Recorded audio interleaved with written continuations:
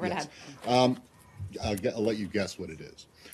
North Korea. Can you explain to the American public and perhaps the rest of the world exactly who they should be listening to in the U.S. government when it comes to North Korea and what the United States policy and posture is? Well, I think the United States, and some of you may disagree with this, but the United States is on the same page.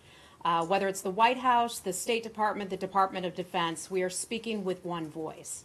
And the world is, in fact, speaking with one voice. And we saw that as it came out of the UN Security Council with the resolution that passed less than a week ago. The United States, along with other nations, condemned North Korea for their destabilizing activities. They've continued to take part of that. 2 ICBM launches in less than a month's period of time. The world remains very concerned about that. Okay, but you don't think that the president's comments are at odds with those of the secretaries and other officials, or is this kind of a good cop, bad cop routine that we're seeing here, trying to coax the maximum you can get out of the North Korean government? Well, I think we've talked about our pressure campaign, the United States pressure campaign that's backed by many other nations. And we see that pressure campaign, which is a long-term campaign, but that campaign is working. It is ratcheting up the pressure on North Korea.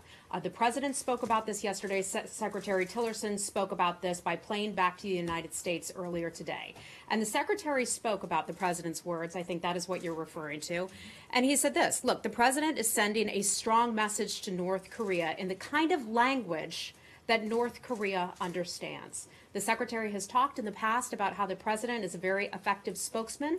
People listen to him, and those were the president's words, sending a message loud and clear to North Korea. So does that mean, and this is my last one, does that mean that you have come to the determination that the only way to get through to Kim Jong-un is with the same kind of bombastic rhetoric? There are lots of ways, we believe, to get through to Kim Jong-un and his regime, okay? And our issue is not with the people of the DPRK, it is with the regime itself.